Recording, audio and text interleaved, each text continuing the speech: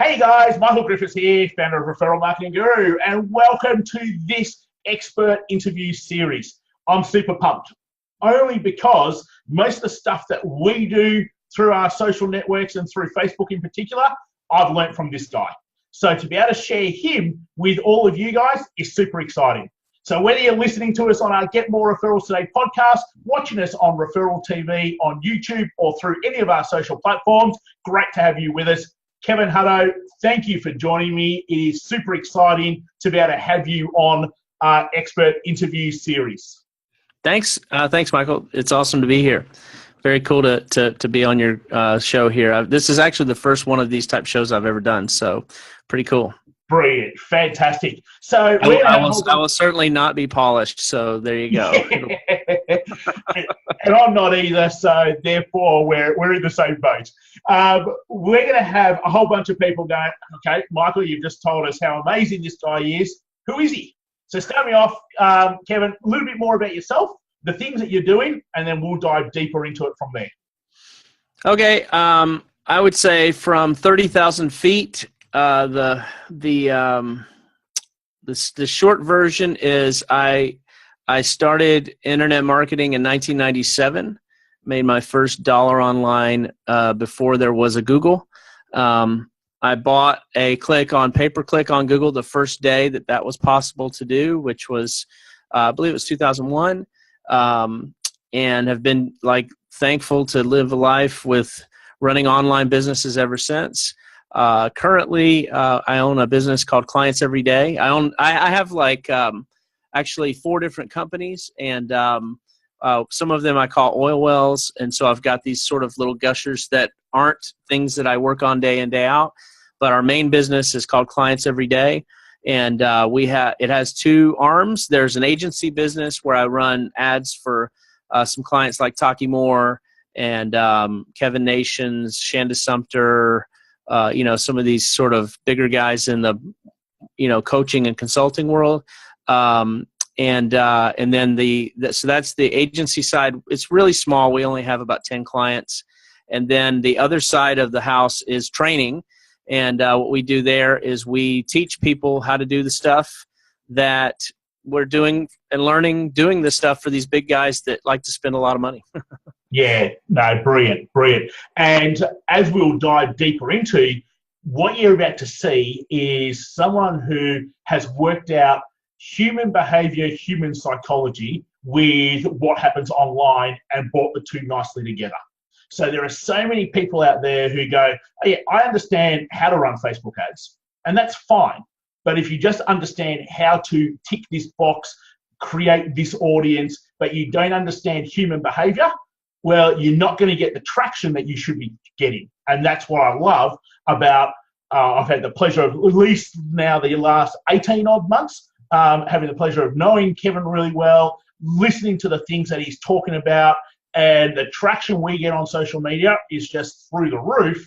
And a lot of it comes through what Kevin talks about and the human behavior, human psychology side of things, more so than just the process of you tick this box and you create this audience and you choose this interest, which really anyone can do. So that's why I'm super excited here. So let's go into why even do we bother with using Facebook ads?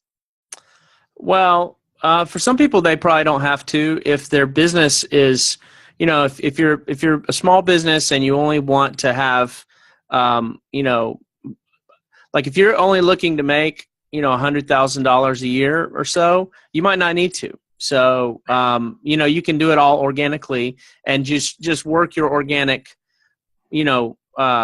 market. And, you can have 5,000 friends and you can do enough business out of 5,000 friends to have a 6-figure company. But if you want to sort of take it past, my line of demarcation for most people is like that 200K a year mark apart. Once you get to that point, usually your organic reach, you kind of cash in all your equity that you have built up in your organic piece, and then you have to start just getting more reach. So the main thing for it's sort of how the platform is set up on Facebook, but they sort of they've squashed how much organic reach you can get, even with your 5,000 friends. They don't all see your stuff. And with your page, it's the same way. And so what you're actually paying for is just eyeballs to see your message. Yeah, perfect. And I love that it's not necessarily the right thing to do depending on where your business is at. Where That's right. The majority of people who are around this space go, oh, you have to do it. It doesn't matter, no matter what size your business is at, that's the thing you have to do. So it's really refreshing to be able to go, well, no, you don't actually have to. There are other ways. But if you're looking to be able to really scale into 7 figures, well, therefore it starts to make a bit more sense. That's right, 100%. And I would say also one of the other reasons it's great to wait till you're up to probably that 200K. I mean, unless you've done this in the past and this is like a second or third business that you're growing. But if this is your first time growing something, a lot of times you don't know enough about what your market really is, your message, the right offer, and all those things. When you're playing at that 100, 120, 150, 175, 80,000 level, that's when you're getting your competitive intelligence about what you're selling really and who you're selling it to. And so if you're aiming at the wrong target and you spend money on ads, they're just going to help you hit the wrong target and either build a business that you hate or not sign anybody up and not have a business at all. So that first 200K is like a really good place to really define like what you're going for. Brilliant. Fantastic. So there's so much that we can do on social channels. And a lot of it that you sort of talk about is, hey, let's just simply start conversations with people. Yeah. Talk to me a little bit more about that. Well, so there's a couple of reasons for that. One is that you get preferential treatment on the platforms if you don't take people off the platform, right? So when you are paying for someone to go to your webinar or auto webinar, then Facebook is going to charge you a surcharge that is more expensive to take them off of their site, right? So they're going to charge you more. Whereas if you can start a conversation with someone through Facebook Messenger, there's a bunch of like ways you can do that, even with ads. Then Facebook rewards you for having your sales conversation within their platform because it's in their best interest to not lose the person. Like their whole business is about user time on the site, and so an advertiser has to pay a healthy premium if their conversion mechanism is going to take them off of Facebook. So I'd say the platform is the first reason. The second reason is that I think that everybody wants to have this magical automated process where they never touch a customer. And that's what all the competition is usually doing. And so when other people are zigging, I like to zag and like create real conversations that are meaningful. And then those are the people that end up, it's either, Dean Jackson says there's 2 times that people buy, now or not now, right? And even if it's a not now, what more could you do to warm someone up than have a good conversation with them on Facebook Messenger or on the phone or what have you? So yeah, perfect. So we talk all the time in our network circle that, hey, it's about growing your networks with people who can buy from you, partner with you, and open doors for you. But if you're going to spend time growing your networks, well, you better engage with them and create conversations with them, or else what's the point of having those networks? And that you've just been able to share exactly the same thing of, hey, don't have people around you if you're not going to speak to them. There is no point. So brilliant. Well, and I'll tell you, my clients that we do in our agency business, probably our biggest client right now is running at about, he'll do between 30 and 40 million this year in sales in his coaching business. And he is the most responsive to people on Messenger, on, if someone leaves a comment in his group, he personally, now he's not the one always doing the Messenger work. He has a team of about 30 people working for him, but like someone reaches out, like if they have a 5-minute guarantee, that if someone hits their site or gives them a message or anything during like 14 hours of business hours a day, that they're going to respond within 5 minutes. Yeah. Wow. And that's how he's got the biggest business of all the guys, because they're the most responsive, Yeah. So yeah. Brilliant. powerful. Yeah. Yes. And even though we've got platforms that will always pop up and we've got the next widget and the next thing, it's always human to human, which allows you to be able to build businesses. So I'm sort of anti-automation. I'd like to automate.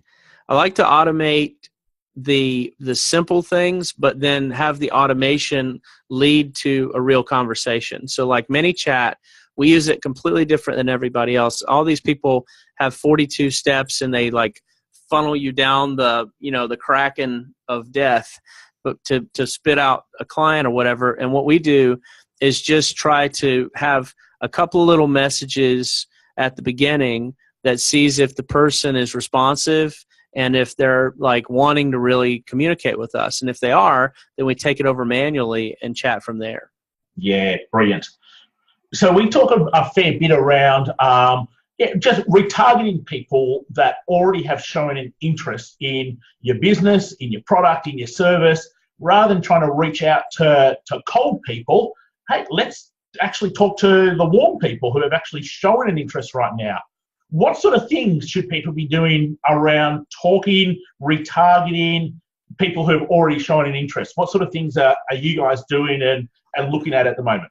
So I think that one of the real, there's a few things. One, you have to have a conversion process that you like to use. So, we have one that's like a long form ad that we run that people fill out a survey. So that's a way that we sort of have people raise their hands to want to talk to us. Another is through this messenger stuff that we were just talking about.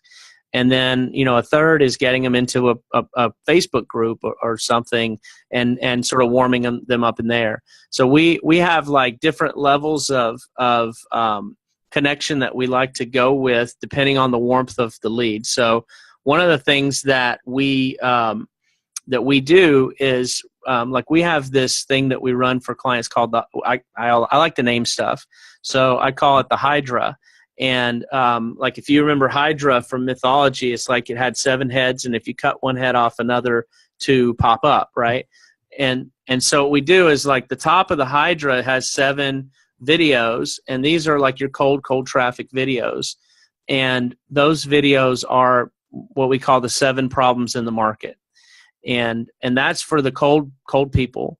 And it's just like generic type videos, but they're hopefully hitting the pains that people in the market that don't know you might be like that. Like you're not bringing them to you at that point. You're talking to their problem, right? And so like for Taki Moore, for instance, one of his big things that he does is helps people go from one-to-one to one-to-many, right? So one of his videos would be talking about like being miserable. You're full of clients, but you're ready to kill yourself or something. I don't know, and that kind of thing. Like in your case with the referral thing, it could be something like, hey, I'm spending all these money on ads, but I don't feel like I'm making very much profit. I'm leaving so much on the table, and then you could show them how they are leaving so much on the table, right? So that's the top level. Then underneath that, we have the second tier, which I call the 10 Commandments. So it's the 10 Commandments of referral marketing, right? And so those are the 10 things that Michael believes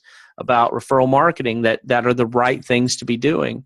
And then you do 10 videos on that, and they're warmer at that stage. So at the top level, the call to action is appropriate for someone who just met you. And the top level call to action would be something very innocuous. It could even be no call to action, but because we're going to retarget as they do it. So anybody that watches 50% of one of the top videos, we then drop them into level 2 and start showing them the 10 Commandments. But what we do sometimes in the top level is we will give them a call to action to join our free group, right? Because that's a way for them to see more of the stuff. But the 10 Commandments, those are like whatever it is, it could be 9, could be 12, could be whatever, but usually 10 Commandments sounds cooler, right? Everybody's heard of that. So you have the 10 Commandments, you have your things, and then in there, that's where we try to have a little bit deeper relationship as well. So we give, we don't ask, we give, and we'll give them like something like a tool, or we could give them a PDF to download with the other 9 commandments, because they just saw this one video, commandment number 4. Well, what's 1 through 3 and 5 through 10, right? So that's a good thing to give away there. And I'll tell you a really secret ninja thing to do is don't even ask for an email, just pixel them. Like, give it away for super free. Like, you go to the page, they've got the download, and then anybody who hits the thank you page actually downloaded it. You know, the pixel's just as good as the email list these days. Yeah.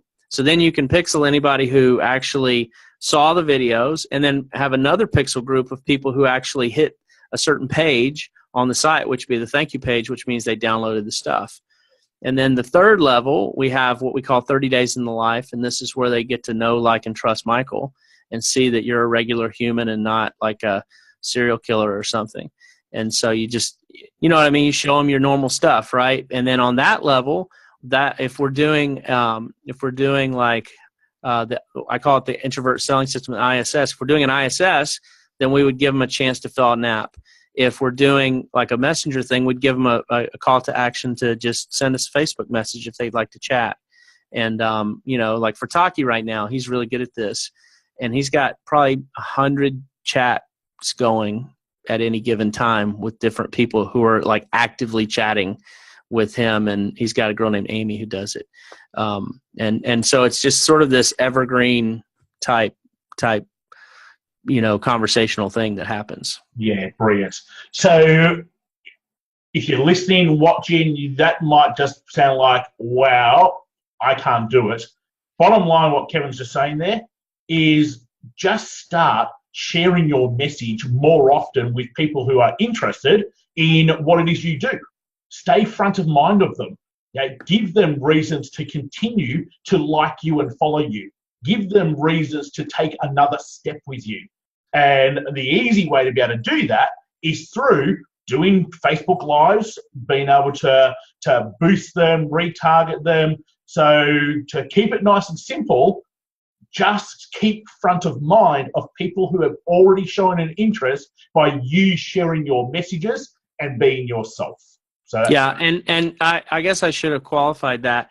You know, the Hydra thing is for people like Taki, who, you know, when we started working, his business was already doing 3-4 million, and he wanted to go to 10, right? So we've gone to 10 in like a year and a half, and so like so he has like big audience needs, big, you know, we're having 80,000 people watch 50% of one of his videos in a month.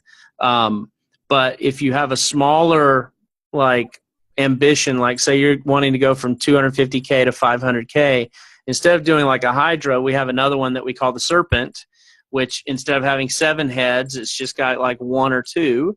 And then you're just, you know what I mean? Just simplify it. So do like the 1 or 2 biggest problems in the market. And then underneath that, maybe you've got your 2 biggest commandments. And then underneath that, you just share. It's still always good to share stuff about what's happening in your life. You know, like that stuff is easy to do. Just, you don't have to think of anything. Just document the funny, crazy stuff that goes on. Yeah. And so you can do this, like the same thing that with Taki has like 50 videos, you can do it with 5 or 6. Yeah, brilliant. So I know you've been working on something behind the scenes, a wonderful lab that actually allows people to, I suppose in the end, get what's in your head. And what's in your head is worth getting. So talk to me a little bit more about the lab and what that's about. So, yeah, well, a couple of things. So my agency that we have is kind of like an accidental agency. I wasn't like really looking to have an agency, but like some of my buddies like Taki and some of these guys kind of, you know, really needed some help and weren't getting it from some other places. And so that's, you know, sort of how we started doing this a couple years ago. And I honestly do not want to have to have a giant staff here, especially in California. It's very painful to have a big staff in California. anybody from California will know what I'm talking about as far as regulations and stuff. So what we decided to do is to take the small number of clients that we work with, but have our bigger impact business be where we can share the lessons that we are learning, spending all their money, and share the best things and even the bad things, right? Like we share the things that don't work too. And so the labs is kind of like where we go in and show the different things that we're working on for those other guys and give people, all the ideas. Like we've got, like I said, the introvert selling system funnel course that's in there, and that we're getting clients like for those. Like I said, we've got 9 or 10 clients right now, and we're running about 5,000 apps a month between them all that we generate with that one little ad. And so we've got a course that shows you how to write that, and then we've got another event training in there where we're doing these free live events and filling them with 50 to 100 people depending on the thing. And like Shanda Sumter just did one, spent 10,000 on ads, like 10,600 on ads, and had 87 people in the room and did 345,000 in sales. And that was with cold people that did not know her at all. Like 81 out of the 87 had never heard of her, they said, before. She was shocked. So we teach how to do that event thing. We teach how to do webinars. We teach how to do the Hydra. We've got another thing that I call hyperlocal, which is like this for especially do you have any business coaches, like action coach type people? We've got a range of coaches and consultants who will be watching or listening. Yeah, so like this thing gets like real businesses for people who coach real businesses or consult with real businesses, like bricks and mortar people. Not to say that other people aren't real businesses, but I mean like, the dentist, the accountant, the whoever, that kind of thing. So we've figured out a way to get apps from those guys for under $20 an app.